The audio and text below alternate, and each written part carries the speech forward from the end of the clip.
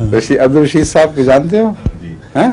हाँ, ये हमारे वो माशाअल्लाह वो शहादत का मर्तबा पाने वाले जिंदा मौजूद हैं जो अल्लाह की फजल से। अस्सलाम वालेकुम।